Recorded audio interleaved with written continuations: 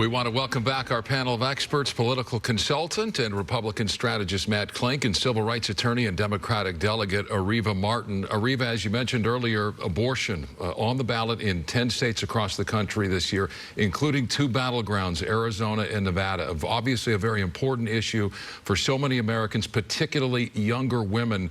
How much does this impact the presidential vote in terms of turnout? I think it impacts it significantly. We've seen a surge in young voters, particularly registration amongst Gen Z and then those young millennial voters, many of them saying it is the issue of abortion, it is the issue of women's rights to bodily autonomy that's driving their registration and participation in this election, many of them voting for the first time. Also have to think about the Me Too movement in conjunction with the overturning of Roe v. Wade. Many women for the first time not having the right to make decisions about their bodies in ways that are very different even than their parents and their grandparents. And Michelle Obama put it best, I think, when a speech she gave before thousands of people in Kalamazoo, Michigan, talking about the issue of abortion is so much bigger. It's really about women's health care. And she gave this master class in how abortion care is health care and how women who don't have access to abortion in states,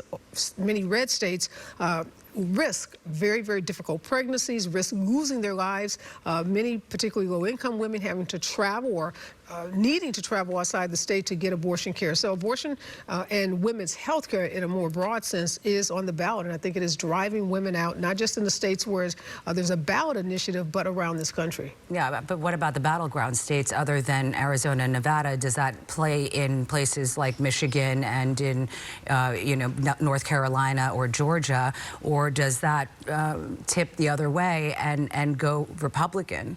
Well, I can tell you from the tour and the outreach and the conversations I had with organizers in the battleground states, the issue of abortion is clearly one of the top issues driving voters to the polls in those states. And organizers and folks who were on the grounds, engaging with voters and getting voters to turn out, we're talking a lot about abortion. Doors I knocked on, folks were concerned about, again, not just abortion, but the broader issue of women's health care.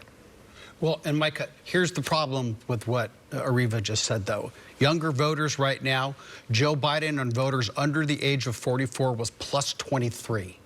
Right now, Kamala Harris is plus 8. If you look at Latino voters, right now, it's 56 Harris, 40% Donald Trump.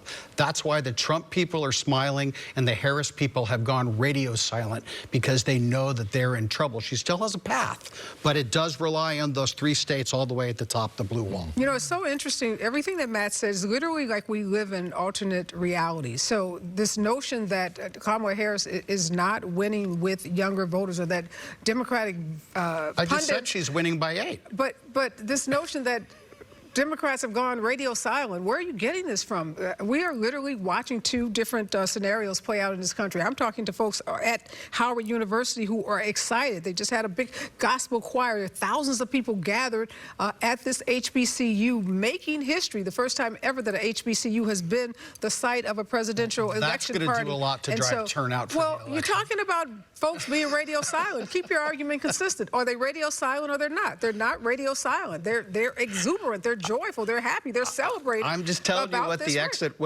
poll returns are right now. That's the problem. Oh, okay. That's the problem. Of course, maybe as you see it. If you tell the truth, then we can have an intelligent conversation. But you can't say the Democrats are radio silent, and then I tell you that thousands of Democrats are excited, they're joyful, they're celebrating, and then you dismiss that. So the reality is Democrats aren't silent. Democrats are encouraged. Okay. They feel very hopeful about this race, and we'll see what happens. All right, and we'll see you guys after the break. We're going to take a quick break right here. More on the other side.